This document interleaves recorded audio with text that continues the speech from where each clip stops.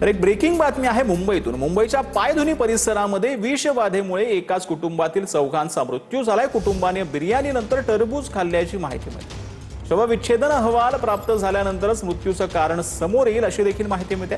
पोलिसांनी सध्या जेवणातील उरलेला पुलाव आणि कलिंगड फॉरेन्सिक तपासणीसाठी आणि FDA ला पाठवला असून त्याची चाचणी केली जाणार आहे।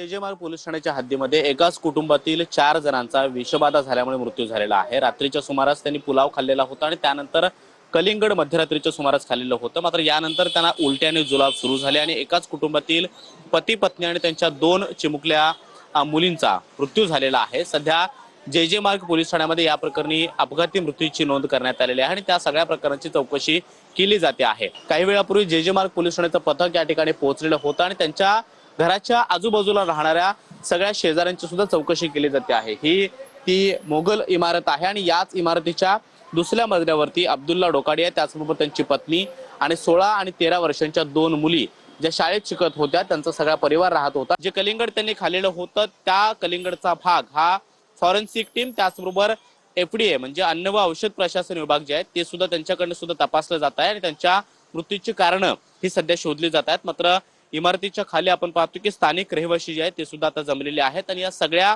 घटनेमुळे दुःख व्यक्त केलं जात आहे। मात्र जे मार्ग पोलीस ठाण्याच्या समोर आता या सगळ्या प्रकरणाची मृत्यू प्रकरणाची चौकशी करणं आणि मृत्यूचं नेमकं कारण शोधणं हे एक मोठं आव्हान असणार आहे। कॅमेरामन अमित शिगवण सोबत मी कृष्णा सोनारवाडकर, TV9 मराठी, मुंबई। तर मुंबईच्या पायधुनी परिसरातील विषबाधा प्रकरणातील चौघांच्या मृत्यूचं नेमकं कारण काय ते स्पष्ट करा, असं वारिस पठाण यांनी म्हटलंय। MIMचे नेते वारिस पठाण यांनी ही मागणी केली आहे। सरकारने याचा रिपोर्ट सार्वजनिक करावा अशी देखील मागणी जी आहे ती वारिस पठाण यांनी केली आहे। बिर्याणीनंतर कलिंगड खाल्ल्यानं विषबाधेमुळे एकाच कुटुंबातील चौघांचा मृत्यू जो आहे तो झालेला।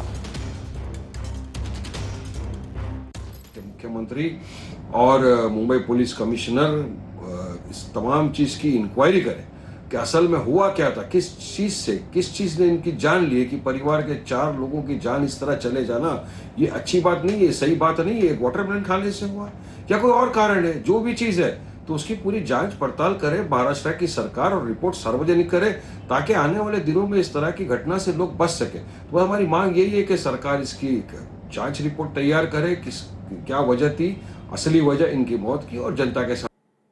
तर मुंबईच्या पायधुनी परिसरामध्ये विषबाधेमुळे एकाच कुटुंबातील चौघांचा मृत्यू झाल्यानं अन्न सुरक्षेवर प्रश्नचिन्ह निर्माण झालं। या प्रकरणामध्ये नगरसेवक मोहम्मद आमिर नसीम खान यांनी महापौरांना पत्र लिहून चिंता व्यक्त केली। रेस्टॉरंट, क्लाउड किचन आणि ऑनलाईन फूड डिलिव्हरी सेवांमधून पुरवण्यात येणाऱ्या अन्नाच्या गुणवत्तेवर प्रश्नचिन्ह उपस्थित करण्यात आलेले आहे।